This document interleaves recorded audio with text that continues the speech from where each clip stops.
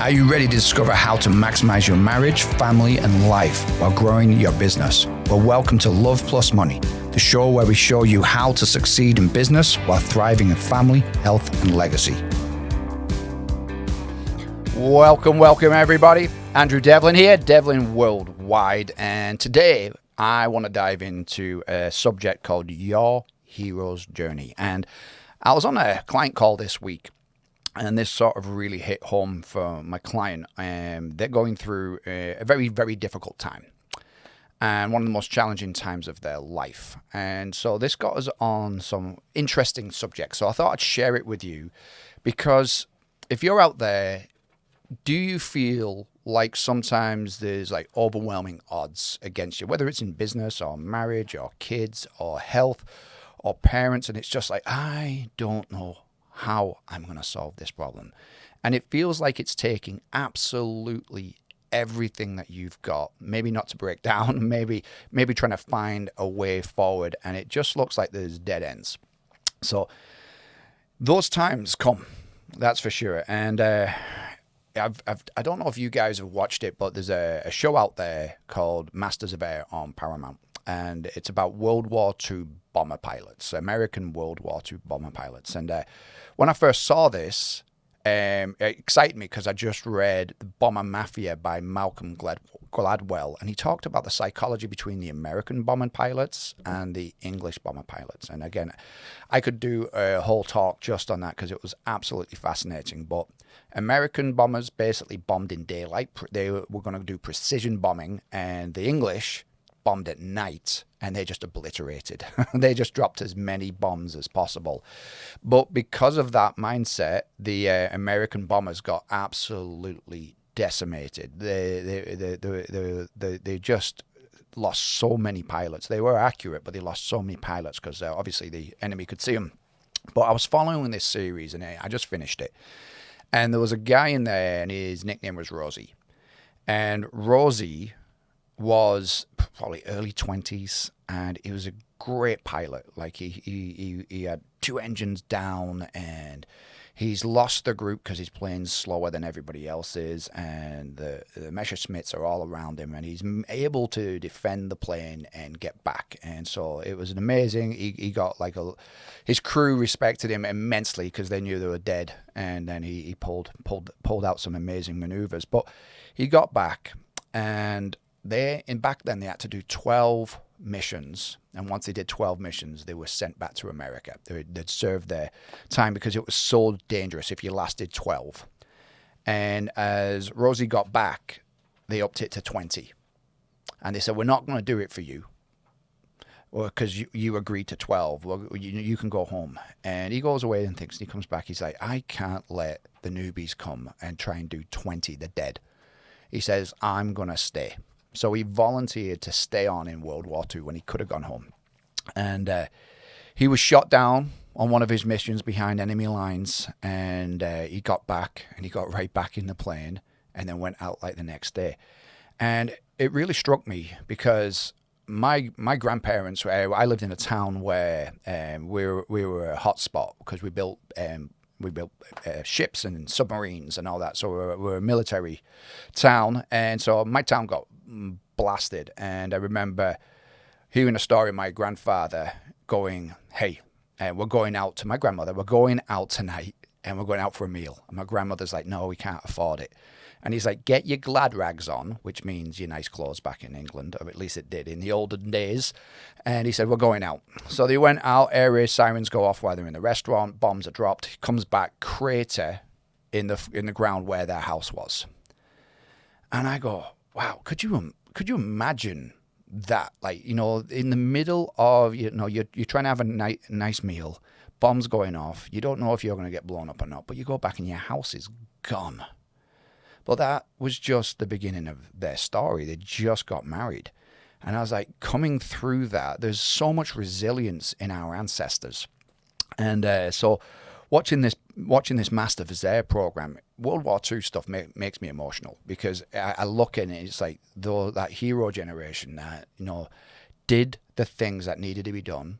Like Winston Churchill, and if you've seen the movie Darkest Hour, that's another phenomenal one. I never realized how many people were against Winston Churchill. The whole, Parliament was against him, the king was against him, and he had these like just unsurmountable odds against him. And you see, in the movie where he's crying at night in his room in the dark. And that's not the picture I get from Winston Churchill, the bulldog of Britain, But that was behind the scenes. And we all go through these moments where we feel lost. And so going back to that TV series, I watched the last one. And obviously the war ends and they all get sent home. But then they talk about the different people, like the real people, and that the actors were representing. And they talked about Rosie, and he lived to like in his 80s. And I was struck, like I just heard about this brief chapter, a couple of years of his story, and he had a whole other life. A lot of those guys went on to the Korean War, the Vietnam War, and that was their story. So we all have these moments where we're faced with something. And if you guys are familiar with the hero's journey, this is like every single script that you've ever, like, I don't know about you, but I've realized that this hero's journey is every movie I like. And it starts off with the status quo, or status quo, whichever way you want to say it.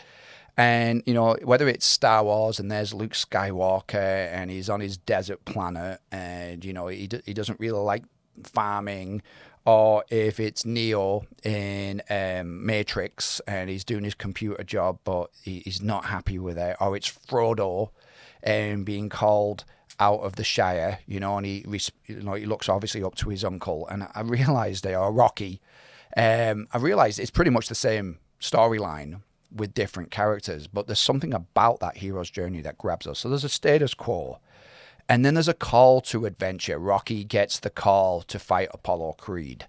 Frodo meets Gandalf. Luke Skywalker, meets Obi-Wan Kenobi and all of this stuff. So there's a call to an adventure, and then there's generally a refusal of the call. Neo does not believe he's the one. He take the red pill or the blue pill.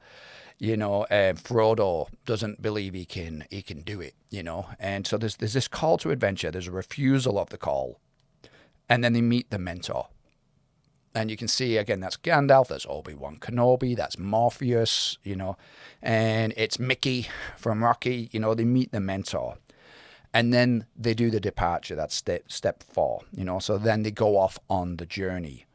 And then that's number 5. Number 6 is they get tested. They get allies and they get enemies. Number 7 is the approach to the next test. And then number 8 is the ordeal. Number 9 is the reward. Number 10 is the return back to where you started. And then there's a new life. And then there's a resolution. And that's when everything's set, it's good. The Ewoks are dancing around. The Death Star's being exploded. Rocky, doesn't quite win the first one, but he does win the second one. Spoiler alert. But I realized that this is the hero's journey of pretty much every epic story, and we gravitate towards it because it's so human, and we see ourselves in the story. And what blew me away again was thinking about Rosie, and his story wasn't over at the end of World War II. It was just a blip, And my client's story, going through the toughest time they've ever been through, isn't the end of their story, isn't the end of your story. It's just part of a story. And if you, this is what I realized, Rosie never, I guarantee, never thought as he's flying his bombers, one day there's going to be a TV show made about me. And how I act today is going to inspire people, make people cry, give people hope. And I thought, how many times do we actually stop and go, this is going to be made into a movie or a TV show or a book, or somebody's going to be telling my story. How do I want to behave right now?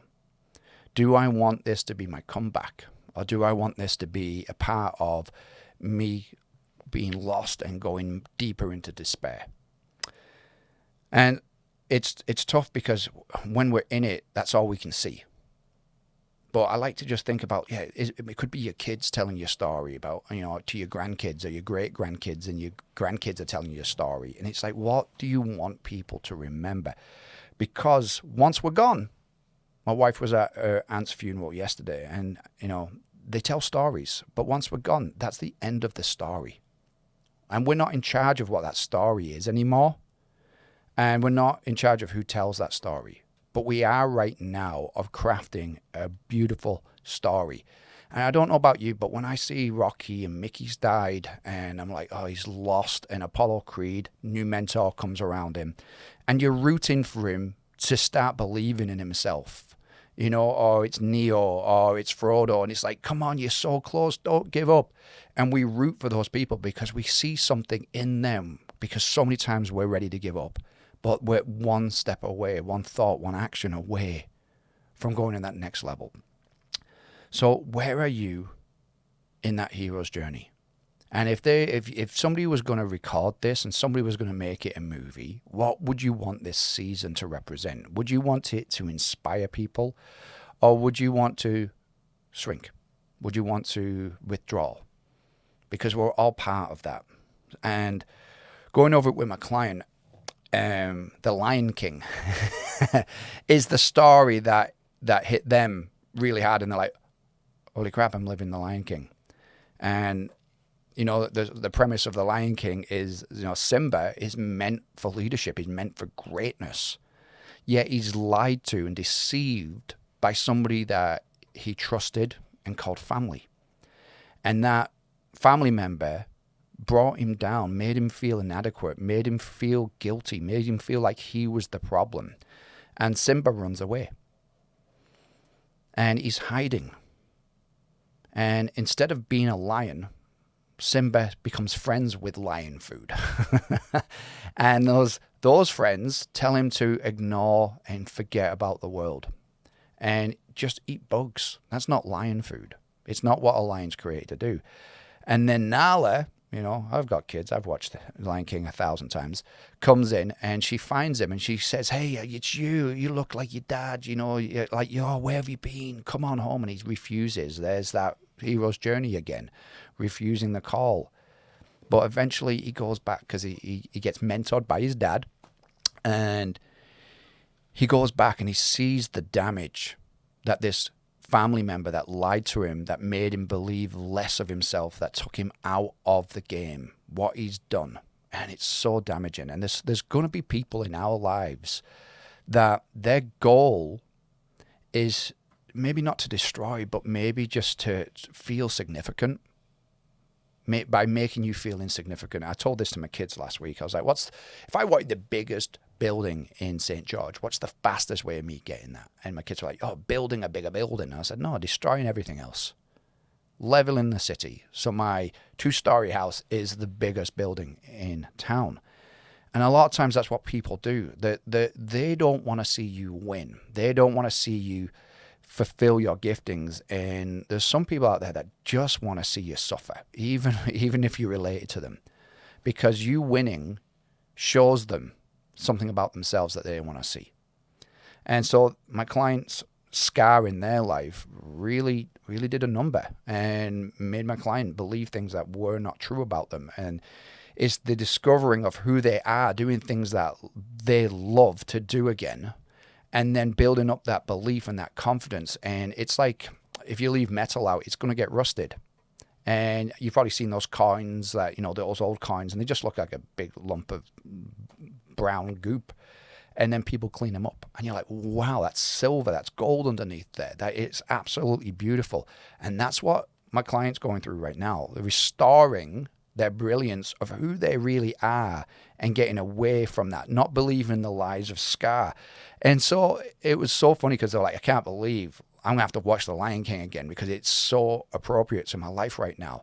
But then you can see when Simba actually steps into that role that they were created for, then the Pride Lands blossom, everything around them, the other animals, the prairie, the grass, all, or savanna, should I say, all blossoms under the right leadership. So I'm here to tell you, there's going to be people in here that are going to try and rust your soul. that are going to try and corrode you, take you out of action just so they don't feel bad. Because when you've got people in your life that want significance, they're going to try and make you feel insignificant so they feel more significant. And I'm here to tell you, you don't need those people in your life. Now, it could be family. And this is what I tell people. Like, there's some family are not healthy to be around. And if that's the case, that's a decision to make for yourself, because I believe like who we're around the most is who we become. And if you've tried for years to see if somebody like that person, it could be a friend, could be a coworker, could be a boss, but you feel less than when you're around them, you may need to do some deep diving. If you do need that, that's what I'm here for. You know, if you need to figure some stuff out, that's what I'm here for. But to be with somebody that causes damage psychologically or physically, or, you know, and again, there's, you know, we've all heard of post-traumatic stress disorder, you know, and that's when a event happens and we can visualize it. It's like, yeah, I was almost killed, you know, my buddy was killed, you know, there's an event. But complex post-traumatic stress disorder is like micro tears. There's no one thing. It's just this like daily onslaught of negativity. You can't put your finger on it, but it can do a lot of damage. That's one of the hardest things to overcome, because if it's the event, one event, you can work through that. But if it's like 1,000 mini events, you know, 10,000 mini events, it's really difficult to pinpoint. And so that's when, you know, I've got certain, you know, techniques I've learned over, I've got, I don't know, about 25,000 hours of one-on-one coaching at this point. But there's techniques that we can use to help move through this complex post-traumatic stress disorder stuff. And it's fun to see my clients start coming alive. And this week, it was great to see my client get that belief back in themselves. Get that, like, hey, that's it. I'm Simba. I'm going to go and restore the Pride Lands. I'm going to go and be who I'm created to be. And I'm going to let go of all this corrosion that I've allowed this other person to put on me. So where are you in your hero's journey? Do you need that mentor? Or are you going against your biggest challenge? You know, one of my clients, he said, I'll never forget, you asked me, am I open to another mentor in my life? And it did absolutely. He grew phenomenally from working with me. And it's amazing because I really do believe in my clients. And that's the fun part. So if that's you and you want to dive in a little bit deeper, reach out, contact us, and it'd be great to set up a call and see where you're at. And then something I want to remind you of is, how many times in your life have you had a problem that you thought there was no answer to? You didn't know how to figure it out. You didn't know what you were going to do. And so I want you to think about it, because if you're like me, there's a lot of those. There's a lot of like, I've no clue. I'm no clue I'm going to pay the mortgage. I'm no clue I'm going to come out of this accident. You know, I spent about 8 months relearning how to walk again from an accident. And at the time, I didn't know how I was going to come through it. And at this point, I've broken or ripped or dislocated many parts of my body. But there's all that, like, am I going to come back from this? I don't know how to do it. Or it's a business thing. You're like, I don't know how I'm going to do this. Or there's a marriage challenge or a problem challenge with the kids. And you're like, I have no clue. I do not feel equipped to deal with this.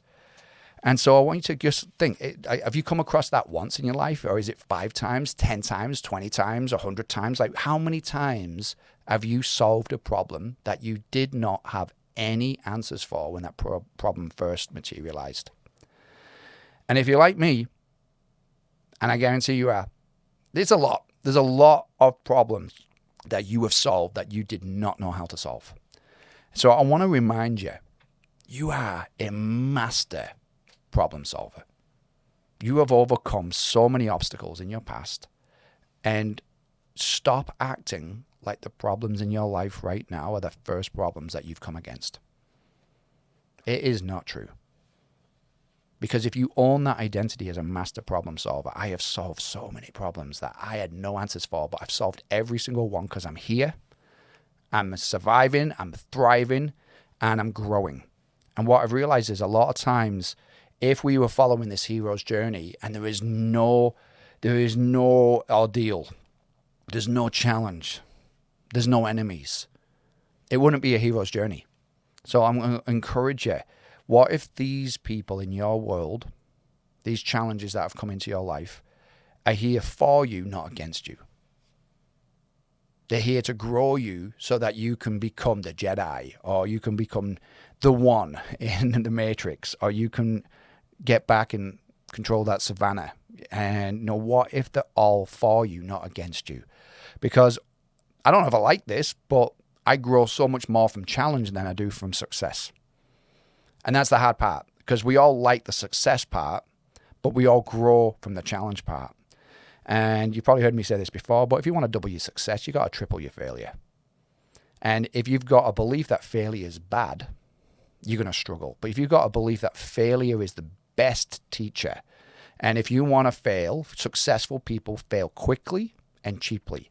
Most people fail slowly and expensively.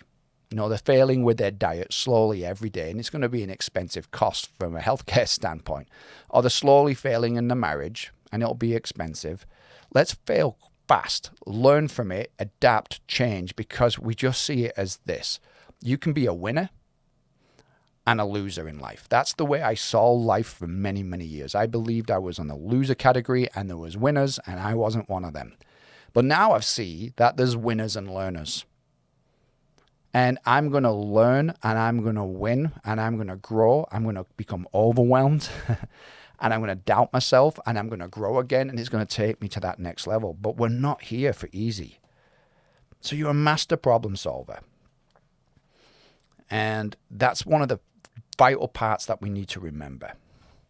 And if you're in that middle part, that overwhelming part, that adversity part, this is where the audience cheers. This is where they get inspired. And I want you to think about that. If that audience is watching you, what would change? If you knew this was going to be made into a book, what would change? So you will find a way through. You will find a way through this because you're on a hero's journey. And if you're listening to this, you could be watching Netflix.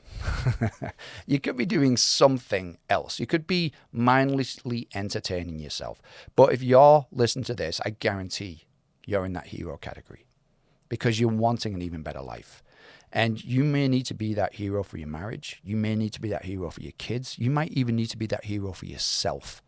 Because if you're like me, there wasn't the people that I needed around me at the darkest moments, and I needed to be the hero for myself. I decided I'm going to be like the world's greatest dad to myself. And what that means is when my son's done something, I'm like, good job, mate. Well done. We had a challenge last week, and he had to call and apologize to someone. And I remember just sitting down with him. He was crying, and I just sat down and I said, I am so proud of you, of how you've handled this. I love the fact that you feel remorse, and I love that the fact that you can see that your behavior, again, if you're a parent out there, correct the behavior, don't correct the kid. It's not you messed up. It's not that you are angry. It's like, hey, your behavior isn't suited. You're behaving with a lot of anger today. Correct the behavior. It's a huge difference. And so we talked, we hugged, he cried, we had a great night, and I'm proud of his character. And I told him that. And I was like, that's what I'm going to give myself. I'm going to talk to myself like a loving father. It's like, hey, well done. You stepped up today, buddy. I know it didn't work out the way you wanted, but congratulations on keeping a great attitude and doing the work. I'm proud of you. And so I'm here to give you permission to be proud of yourself, to talk to yourself in an encouraging way. And I see so many people, they talk to themselves in a way that if they talk to the kids like that, it would be damaging to the child. Stop trying to beat yourself up to try and get you to work harder. Give yourself the gift of encouraging yourself, being kind to yourself, and then going for big things, knowing that there's going to be ups and downs and roller coasters, but you are on the hero's journey because you called for something greater. That's my hunch right now, that if you're listening to this, there's something inside of you that says, I'm meant for more, I'm meant to grow, I'm meant to do something in this world. And if that's you, let's chat. Let's see how we can help you grow even faster, smoother, and have more fun. So thanks for listening today. It's an absolute honor to serve you. If you like this, give us a review. And if you don't like this, let me know what you'd like. But thanks again for being on today, and I appreciate you all. Have a great week, and I will speak to you next time. All right, Andrew Devlin signing out. Bye.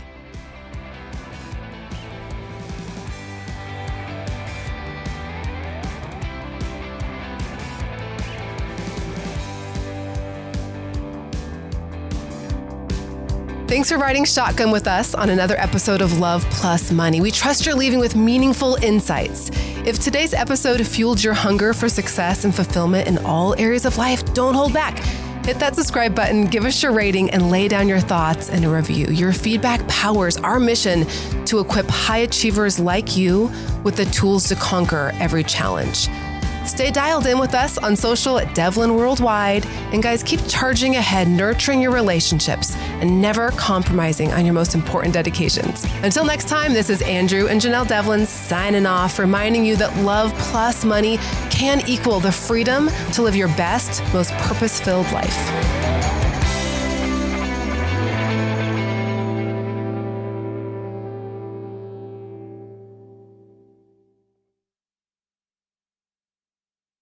This has been a production from a podcast studio.